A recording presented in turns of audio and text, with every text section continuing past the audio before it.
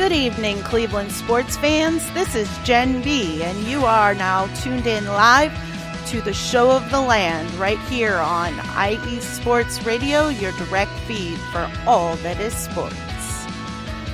Tonight we're going to talk Guardians, trades, injuries, fights, suspensions. We're going to talk about the Browns, Joe Thomas's induction, the Hall of Fame game, injuries, and more.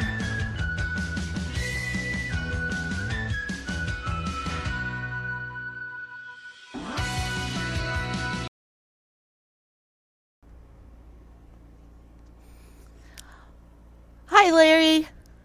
Thanks for joining. So, before we get started tonight, I just wanted to do a little introduction. Who is Jen B? So I have been a Cleveland sports fan for most of my life. In my teens, I had a little rebellious stage where I had this view that I couldn't like the same teams that my parents liked. So I was a Chiefs fan for a short time, though I still kind of stayed true to the Cleveland. The reason that I chose the Chiefs was because Marty Schottenheimer was their coach, and I loved Marty Schottenheimer. So I was a Chiefs fan for a couple of years, and then I got back to my Cleveland roots and went back to the Indians, Browns, and Cavs. Of course, now they're the Guardians. It was devastated when the Browns were moved to Baltimore. I'm pretty sure I had a good cry. But I have been a Browns fan for pretty much as long as I can remember, except that short stint with the Chiefs. My parents weren't too into basketball, so we didn't watch a whole lot of basketball. I did go to a few Cavs games because I got free tickets from school. But other than that, I kind of followed basketball on my own. So it was more of a favorite player kind of thing. I've gotten more into the Cavs in my adult years and following the team more, especially the last couple of years and during the LeBron years, 2016 championship. I've been on and off with baseball throughout my life. I played softball from 12 to 18, so I followed the Indians during that time a lot, and I also followed the Orioles because Cal Ripken was my absolute favorite player.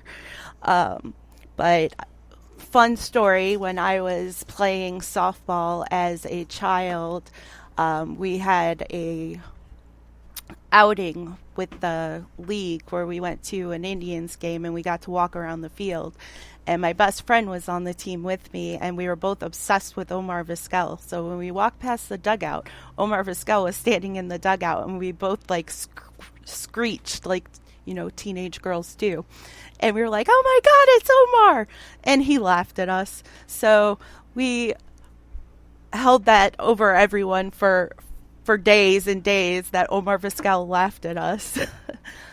But we are going to move on now to the Guardians after a short break. You are listening to the Show of the Land with Jen B on IE Sports Radio, your direct feed for all that is sports.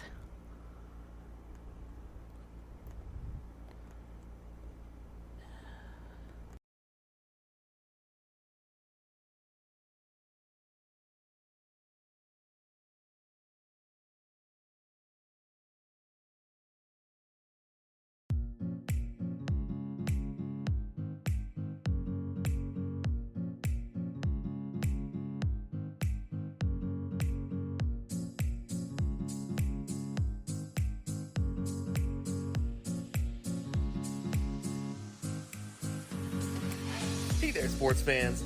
Are you looking for a sports show that maybe isn't 100% about sports?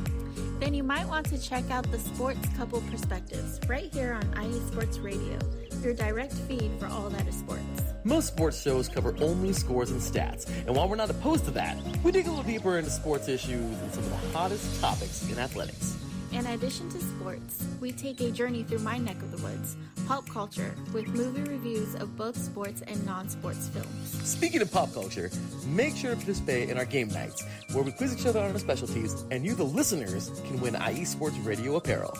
We always have a great time learning more about each other's worlds, one show at a time. So join us each week on the Sports Couple Perspectives, right here on IE Sports Radio, your direct feed for all that is sports.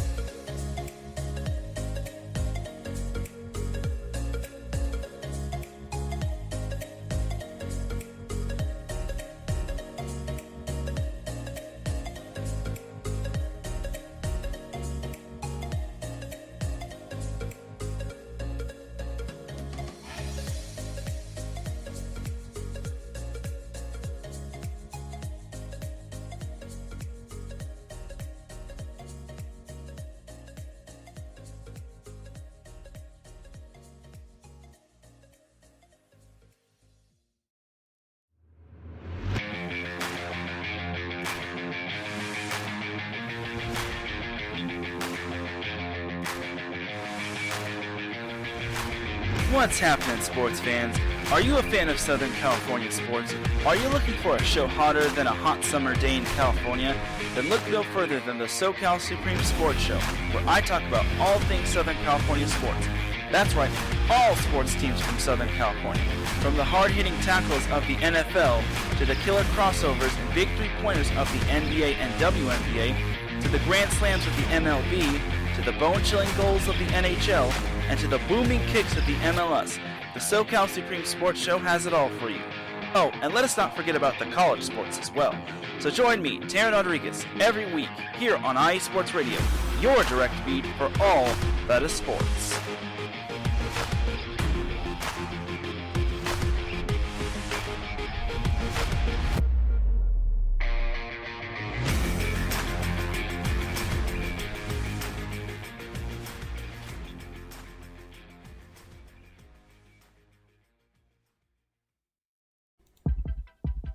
IE Sports Radio fans, it's your boy, the SoCal Saint, the host of the premier professional wrestling podcast online today, the IE Elite Wrestling Show.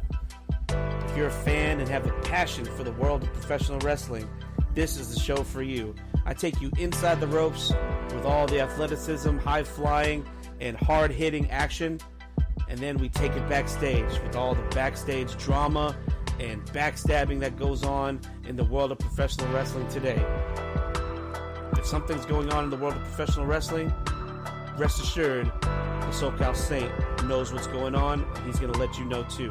If you're a fan, check us out every Tuesday, 12 p.m. Central Standard Time, 10 a.m. Pacific Standard Time, only on IE Sports Radio. The IE Elite Wrestling Show, your direct feed for all that is professional wrestling, on the only network that is your direct feed for all that is sports. Check us out.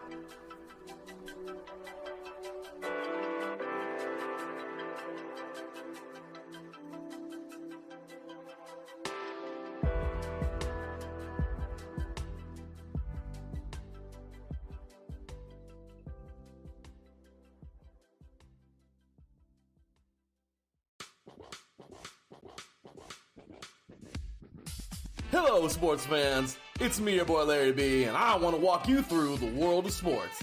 No, not just the mainstream major TV deal type sports, although those are important too.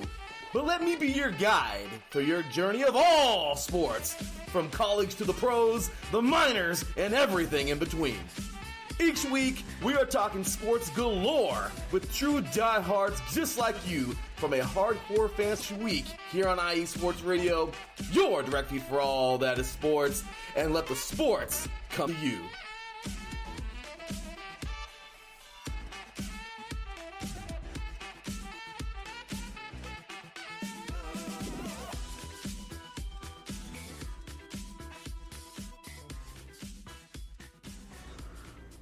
You're back with Jen B on the Show of the Land on IE Sports Radio, your direct feed for all that is sports. Let's talk some Guardians. It's been an interesting week with the Guardians. While I was doing my podcast last week, the Guardians traded Josh Bell to the Marlins. And then the next day, Josh Naylor got an oblique injury. So we were kind of strapped at first base. So first base has been being played by Gabriel Arias,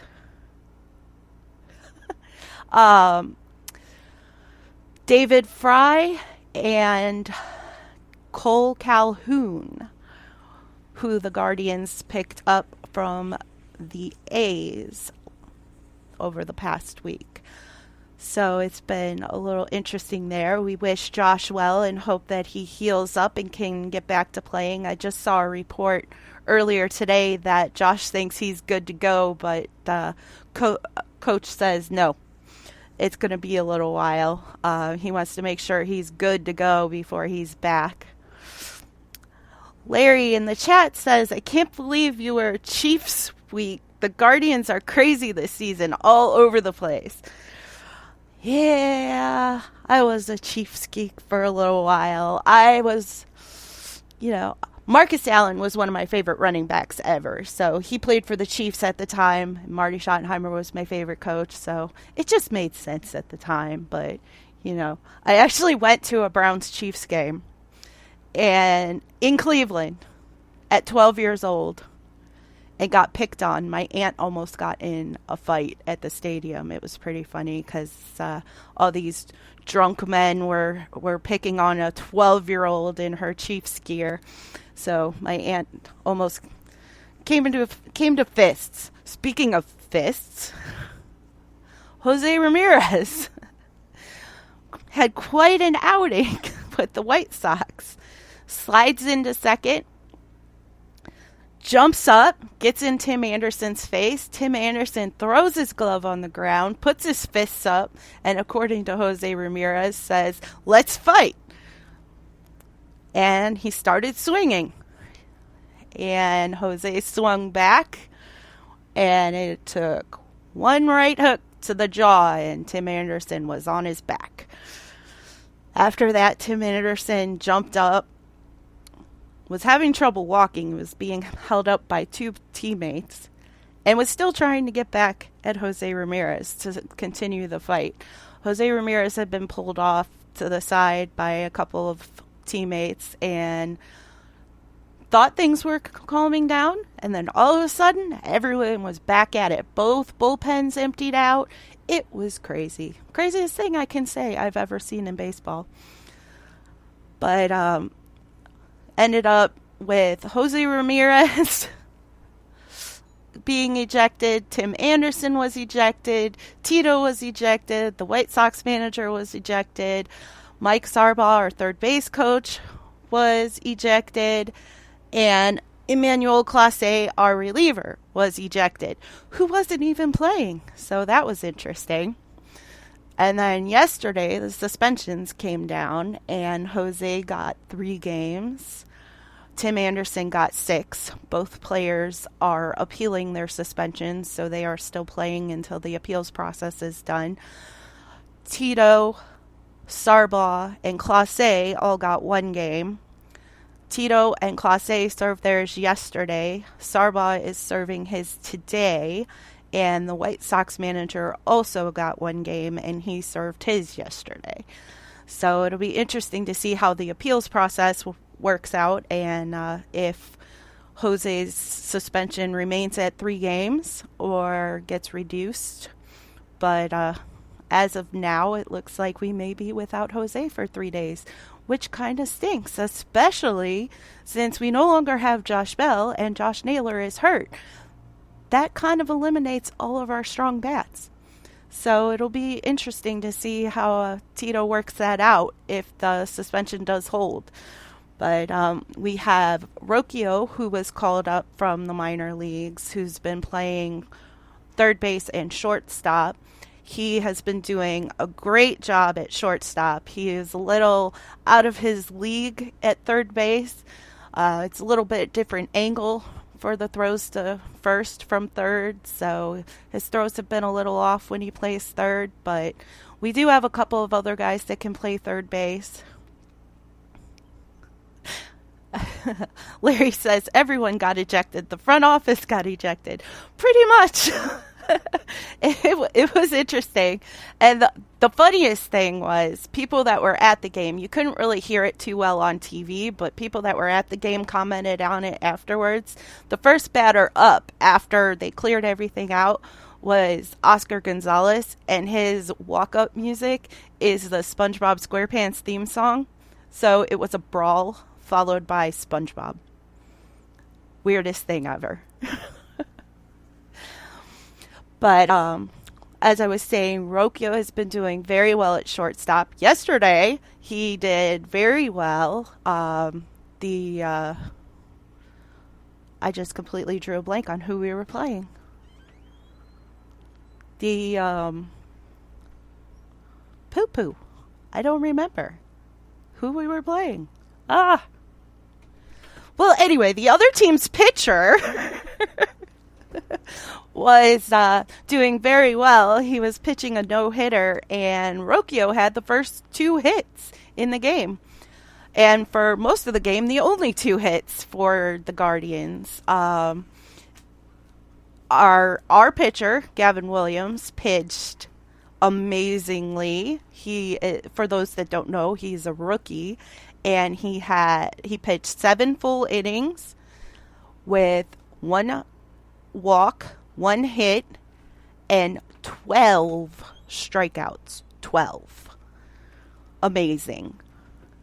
So he is the first pitcher for the Guardians this season to get 12 strikeouts. He is the 4th or 5th in Guardians Indians history to have 12 strikeouts, 1 hit, 0 to 1 hit, and 0 to 1 walk in a game. Pretty impressive for a rookie pitcher. So hopefully he continues on that path and can be a long-term starter for us, since we're definitely hurting in the starting rotation. I did see earlier today that Quantrell is due to pitch in Toledo today or tomorrow, so hopefully we'll be getting him back soon. So that will hopefully take Curry out of the starting rotation so they can get back to actually hopefully making it through the 5th or 6th inning before having to move to the bullpen, since the bullpen's been a little iffy. We did not do so well against the White Sox, fight and all. Lost that game, and then we lost the next one too. So we won 1 in the series. So the White Sox took the series. So hopefully things will start to improve, and hopefully we won't truly lose Jose for 3 games, because that will be bad. That will be very, very bad. But we'll see what happens with that, and then we'll get on with the season, and hopefully maybe we can catch those Twins and take the division and get these young guys some playoff experience. We'll see. But that's all for the Guardians. So we're going to take a little break, and then we will be talking all kinds of Browns. We've got lots to talk about with the Browns. So I will be back in a few minutes. Going to take a little drink break. And then we will talk Browns on the Show of the Land with Jen B on IE Sports Radio, your direct feed for all that is sports.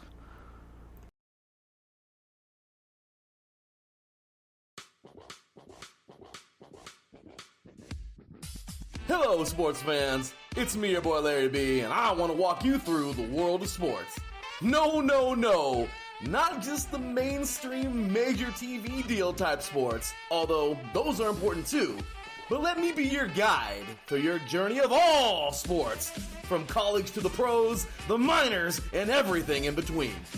Each week, we are talking sports galore with true diehards just like you, from a hardcore fan's perspective that's sure to quench your thirst around leagues you may know all too well, and some you may even discover here. That's right, sports fans. If you love sports of all kinds, enjoy hearing amazing sports stories, and respect all sports because you know how difficult any of them can be to play or compete in, then this is your show. Join me, your boy Larry B, on The Defining Moment each week here on IE Sports Radio, your direct feed for all that is sports, and let the sports come to you.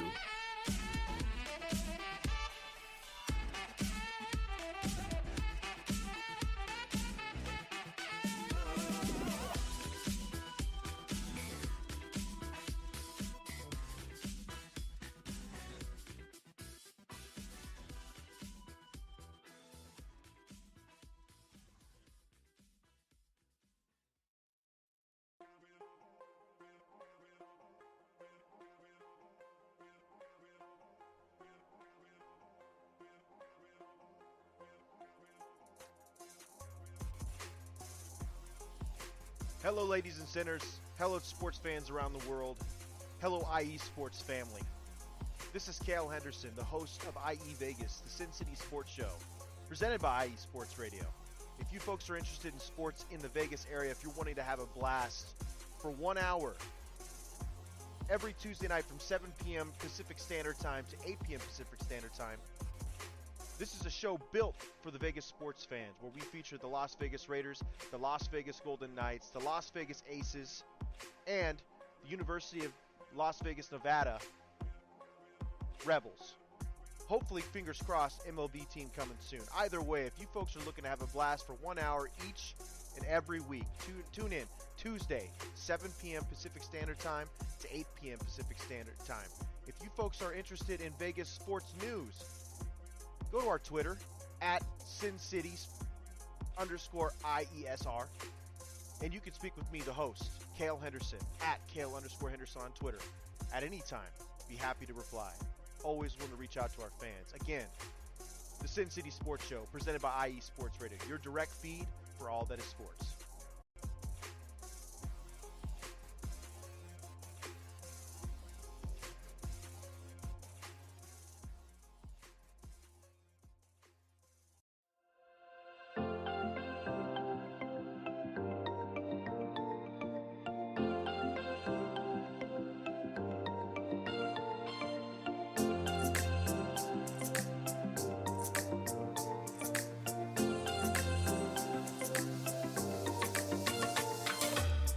Are you a fan of Buffalo sports? Are you thinking of changing loyalties and becoming a Buffalo sports fan? Do you even know where Buffalo is on the map? Did you know Canada is closer to Buffalo than New York City? Welcome to the Buffalo Huddle, every Tuesday night at 7 p.m. Eastern Standard Time and 4 p.m. Pacific Coast Time on IE Sports Radio, your direct feed for all that is sports. I'm your host, Patty Bax. This is a podcast designed for you, the passionate sports fan. I know you love your sports. Who doesn't? I cover Buffalo sports and so much more by bringing in the human elements. I call it Buffalo Sports with a Twist. Join me as we take a journey into the world of Buffalo sports. I guarantee you'll fall in love with Buffalo just like I did. Each week we start with an inspiration, question of the day, a Buffalo fun fact, and a weekly challenge to you, the listener. Come huddle up with me every Tuesday at 7 p.m. Eastern Standard Time and 4 p.m. Pacific Coast Time for the Buffalo Huddle with Patty Bax on IE Sports Radio, your direct feed for all that is sports. As we say in Buffalo, go Bills!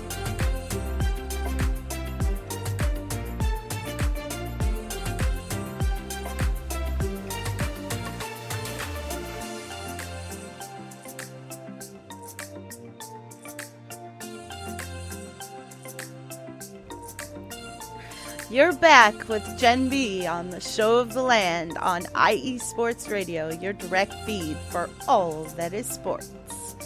So before we get to the Browns, I have a couple of comments in the chat here that we want to address. So Larry B says, Jen brawled today. We told everyone not to mess with her. So, yeah, don't mess with me. even if I'm wearing Chiefs gear at a Browns game.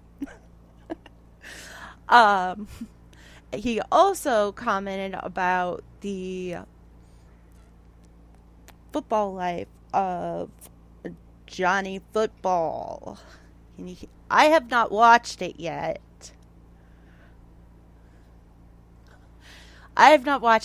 But he says it was crazy, but he's glad he's seems to be getting his life together. That is good to hear. Things were a little crazy, especially when he was here in Cleveland. Had high hopes for him. Well, some people did. I didn't. Another funny story. I was watching the draft, and there was a lot of rumors going around that Dallas was going to pick him. So as I'm watching the draft, Dallas makes their pick, they don't pick him. Then the Browns come up at 22, and they announce Johnny Manziel. I threw my remote at the TV. Literally threw my remote at the TV. Thankfully, I missed and did not break the TV, but I think I did break the remote. Was not happy about that pick. And then we all know how that worked out. Oh, the fun of being a Cleveland sports fan.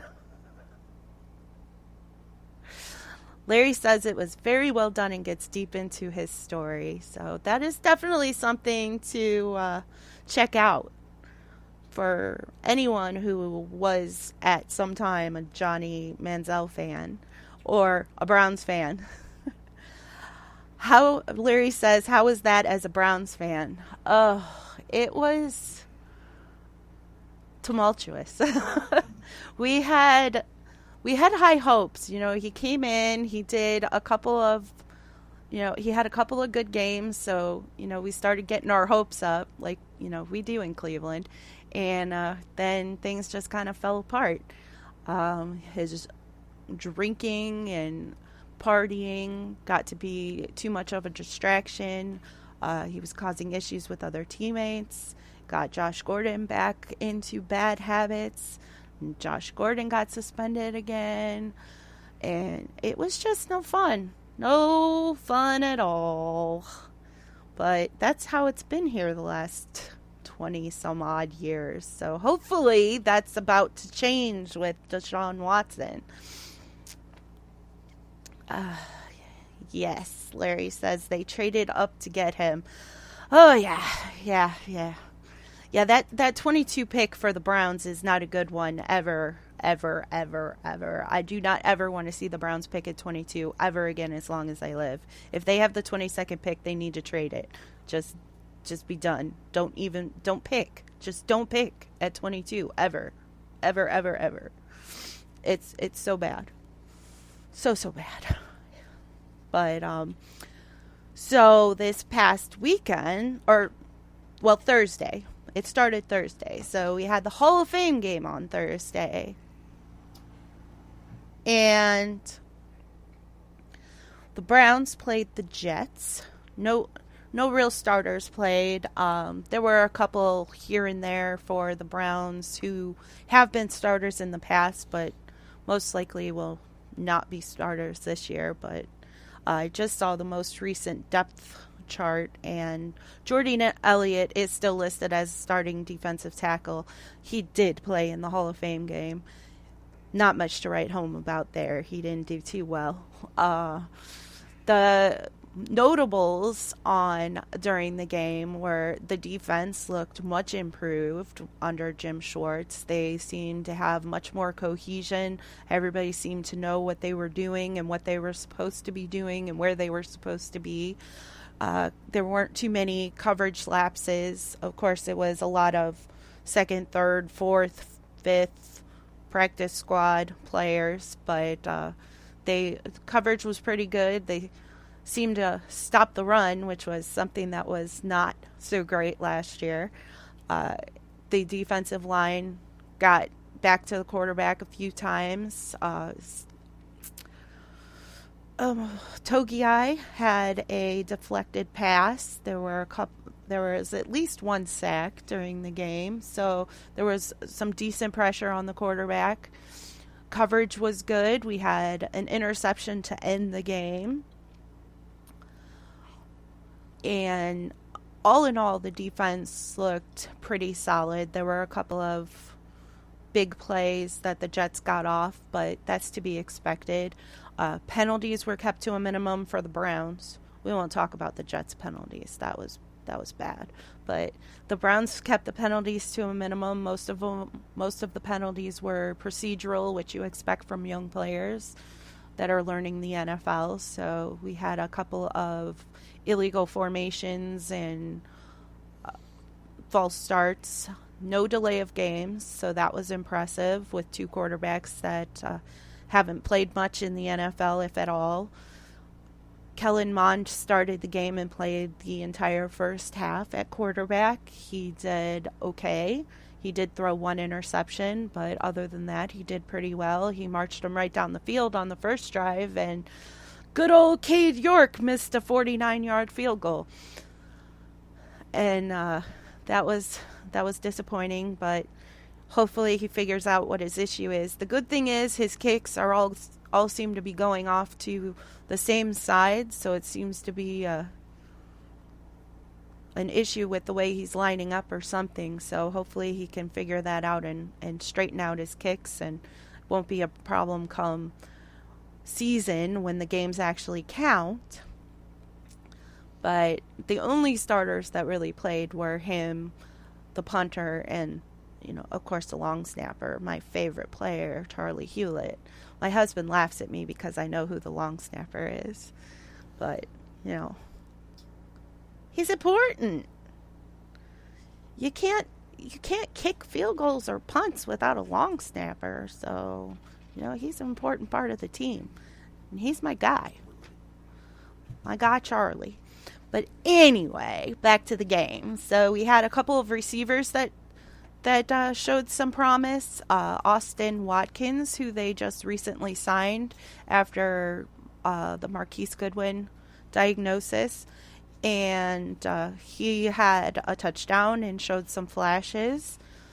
There were some offensive linemen that showed some promise. DeJuan Jones played the entire game at right tackle, and he held things down very well. I mean, it's hard not to with that size. The guy is ginormous. If you watch the game and you see him in the huddle, he towers over everyone. Everyone. Even the other linemen. It's crazy. He's so big.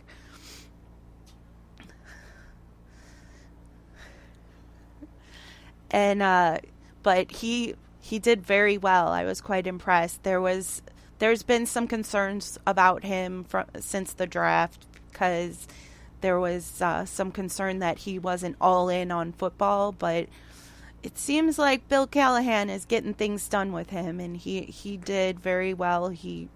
There were a couple of blocks where he just literally just put his hands on the guy he was blocking, and the guy couldn't move. He was just stuck there. So it was great to see that, because Jack Conklin does not have the greatest history of staying healthy for an entire season. Taryn in the chat says DTR is the best backup in the NFL, no debate. I can't say that I disagree with that. I was very impressed with DTR. Very impressed. So we had 3 different running backs that got a shot. John Kelly, Demetric Felton, and Hassan Hall, who is an undrafted rookie free agent from Georgia Tech. John Kelly has been with the team for a couple of years on the practice squad. He did really well during preseason last year, too, so I wasn't surprised that he did well in the Hall of Fame game. Demetric Felton was exceptional. He had a touchdown run during which DTR threw the most amazing block I've ever seen by a quarterback. And he was very impressive, and I suspect he will be running back 3, but we shall see. His positives for him over the other 2 is that he can also play special teams, and he can do kick returns. So that gives him a leg up there. So we'll see how it ends up working out. But I have a feeling that it will be Chubb, Ford, and Felton. But, you never know. Hassan, Hall, or Kelly could beat him out, or maybe they'll bring somebody else in. Speaking of Ford, it just came out yesterday that he has a hamstring injury, so it is quite possible they'll be bringing in another running back or two, depending on how severe his injury is. And then the second half, DTR played quarterback the entire second half, and he was phenomenal. I was pleasantly surprised. Well, not really surprised. I expected him to play well, but there was not a big issue with him converting to the NFL. He looked the part. He was great. He was looking for his open players. He was scrambling when he needed to scramble. He was pump faking to throw off the defense, throwing blocks on running plays. He was exceptional, and he brought us back and won the game. We were losing when he came in, and he got 3 touchdowns, I believe, and came back and we won the game. So it was very exciting to watch. I was quite surprised with the number of penalties the Jets had. I did not expect that from them, but at least it wasn't us. We did have a garbage penalty at the end of the game after the interception. The refs threw unsportsmanlike conduct, and I was like yelling at the TV, "Come on, these guys may never play football again. Let them celebrate. Jeez, it's an exhibition game. Get over it." But, they've got to do their job, so it is what it is. But it didn't really matter because the game was over. There was like 30 seconds left or something like that. So, and we were up by 5. So then Saturday, Joe Thomas was inducted into the Hall of Fame and gave his nice little speech. That was quite exciting to see. It has been quite some time since we've seen a Browns player be inducted into the Hall of Fame, and it may be quite some time before we see another. Probably the next will be maybe Myles Garrett or Nick Chubb, possibly Joel Bitonio. We'll see.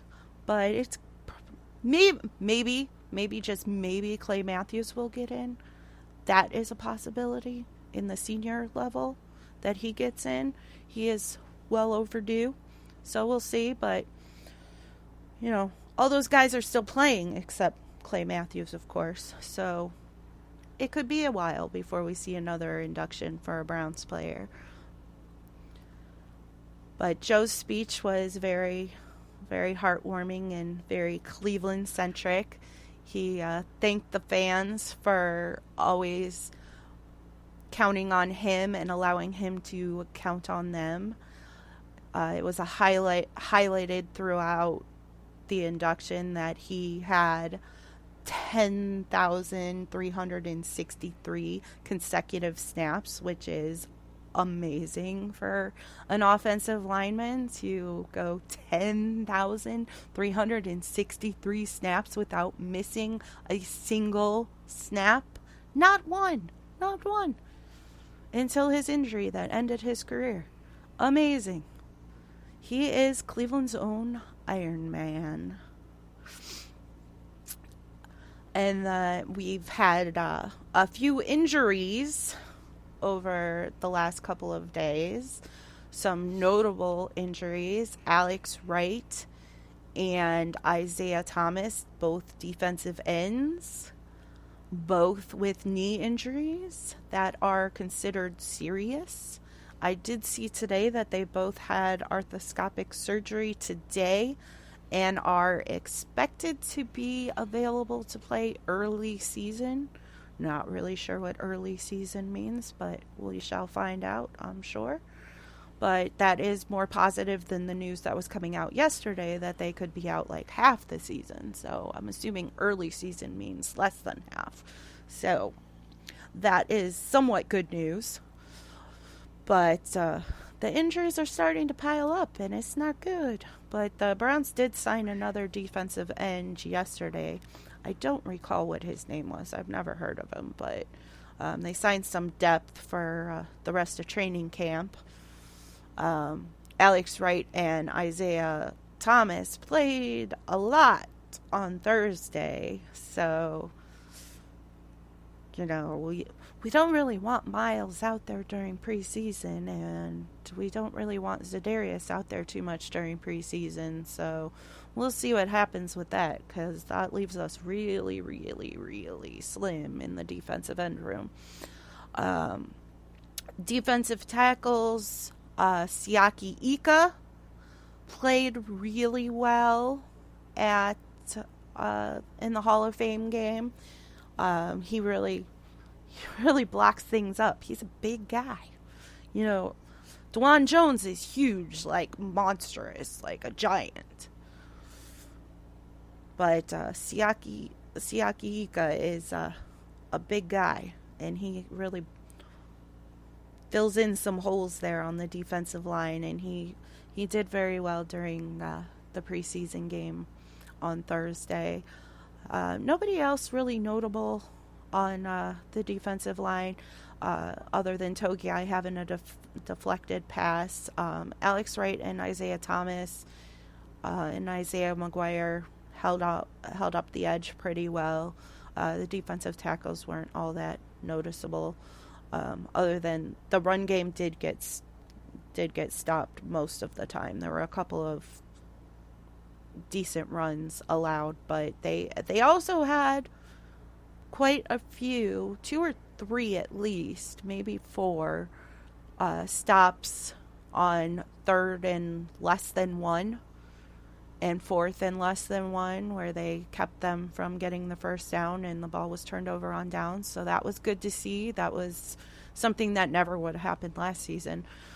So much improved, and you could definitely see the energy and that everybody knew what they were doing on the defense, which is something that we did not see much of last year. So that it was impressive to see that much of a swing on the defense in such a short time with Jim Schwartz. So I'm looking forward to the season, and we have another game coming up this weekend against the Commanders. I'm hearing that we may see some starters, so that will be nice to see, at least for a couple of drives, and then I'm sure the rest will be backups. We have quite a few players we've got to figure out what they can offer, especially in the defensive tackle room and wide receiver room, because we have like 15 wide receivers and only 6 or 7 of them are going to make the team. So, I mean, we know who the top 4 are, but beyond that, it's yet to be seen. I did see that Jakeem Grant is still listed as the first team kick returner, so it looks like he has, as long as he stays healthy. I have heard reports of him limping around at training camp, but that's also to be expected after ruptured Achilles injury, that after some hard practicing he's going to be sore. So we'll see how that works out, and if he is able to make the team and we actually have a true kick returner. We haven't had one since Josh Cribbs. Crazy, right? So we'll see how that plays out, but it's going to be interesting come cutdown day. But I am looking forward to seeing the game this weekend with the Commanders and see how much the starters get to play and see some more DTR, because he was fun. He was very fun to watch. Josh Dobbs' job might be in jeopardy, y'all. Just might be. We shall see. But we're going to take a quick break, and then we'll talk a little Cavs. There's not much to talk about, but we'll talk a little Cavs. It's always fun to talk about the Cavs. But I will be back shortly. You're listening to Gen B on the Show of the Land on IE Sports Radio, your direct feed for all that is sports.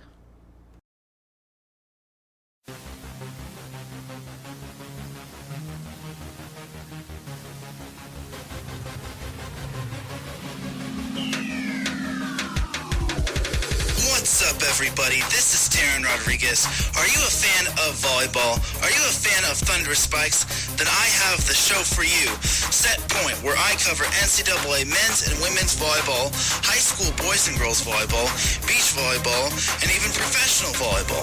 Catch the action every week here on IE Sports Radio, your direct feed for all that is sports.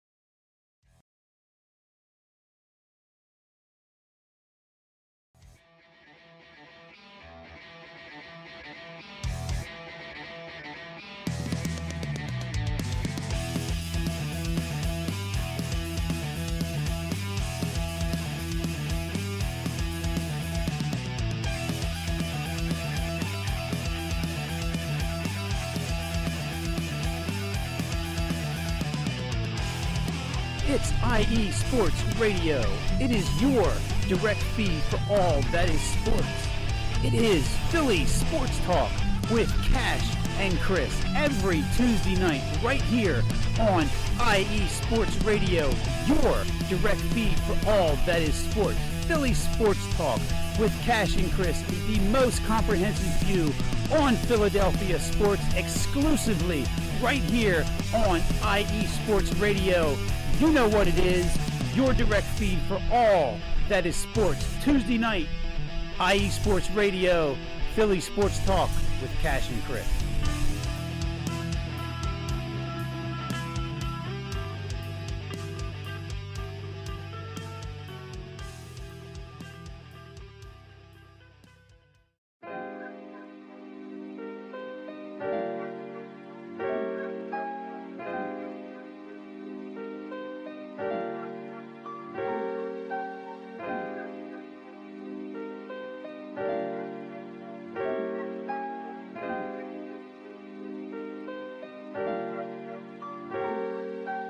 Hello, ladies and gentlemen. My name is Davidson. It's your boy, Dentarius Locke. And we are the hosts of Fast Break here on IE Sports Radio, where we discuss everything in the world of basketball from prep to the pros. You guys should definitely check us out, man. Sunday, 8 p.m. Eastern, 5 p.m. Pacific. We got all the basketball information you guys need, so we look forward to you guys listening in. And please do, because we are the best basketball show on this side of the Mississippi. And please do check us out on Twitter at FastBreakISR. D-Lock, where's our time again? 8 p.m. Eastern, 5 p.m. Pacific. That give you guys plenty of time on a Sunday. Tune in.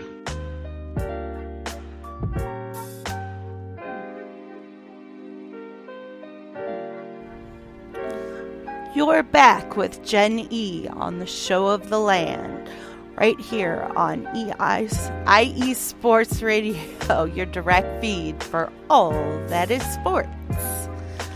So let's talk some Cavs. The Cavs have been doing a Player of the Week feature. So this week's featured player is Donovan Mitchell, the Spider. So let's talk Donovan Mitchell for a minute or two. Donovan Mitchell came to the Cavs last offseason in a trade with the Utah Jazz. He was very impressive this season. He played almost every game. He had a couple of minor injuries. He did miss a couple of games here and there, but for the most part, he played most games and had a career season. Made the All-Star team. He even had a 71-point game and single-handedly won that game, rebounding his own missed free throw. It was quite a thing to see. We also have a little bit of other news, and it just left me. I just lost it, y'all.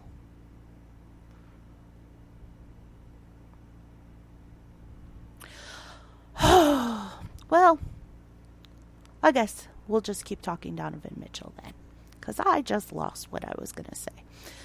But I'm hearing that Ty Jerome is probably going to get some decent playing time this year, and when he was with Golden State, he came in and filled in for Steph Curry a couple of times and did very well. So looking forward to seeing Ty Jerome.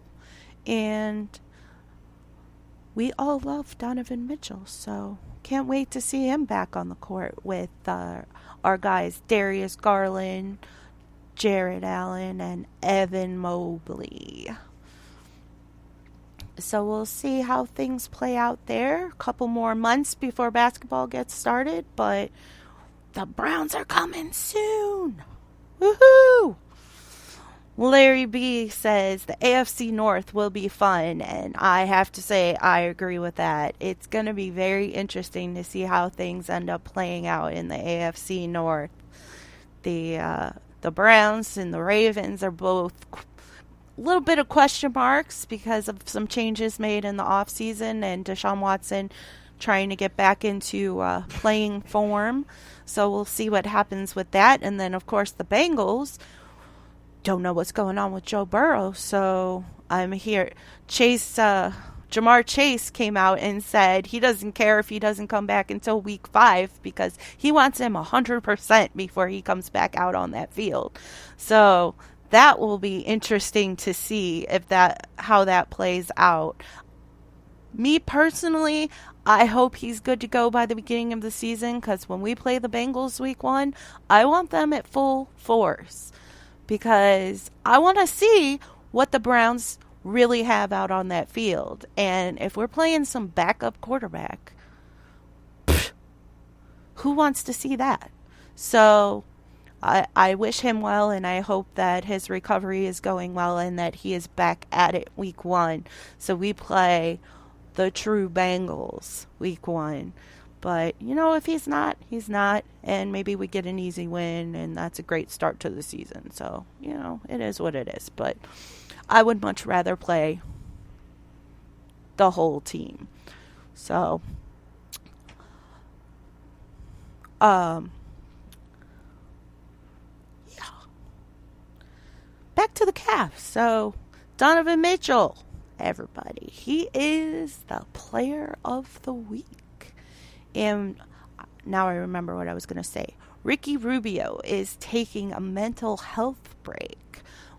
So Ty Jerome is expected to be his replacement if he is not back and ready to go when the season starts. So we wish Ricky well and hope that he gets the help that he needs and that he's feeling better.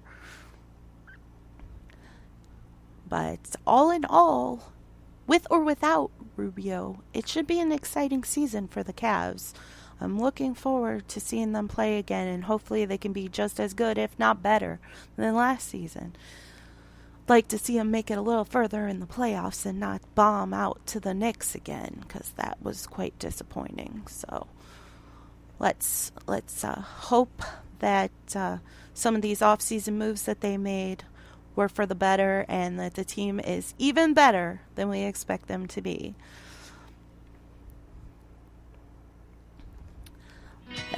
That's going to wrap it up for tonight. Thank you for listening to the Show of the Land with Jen B.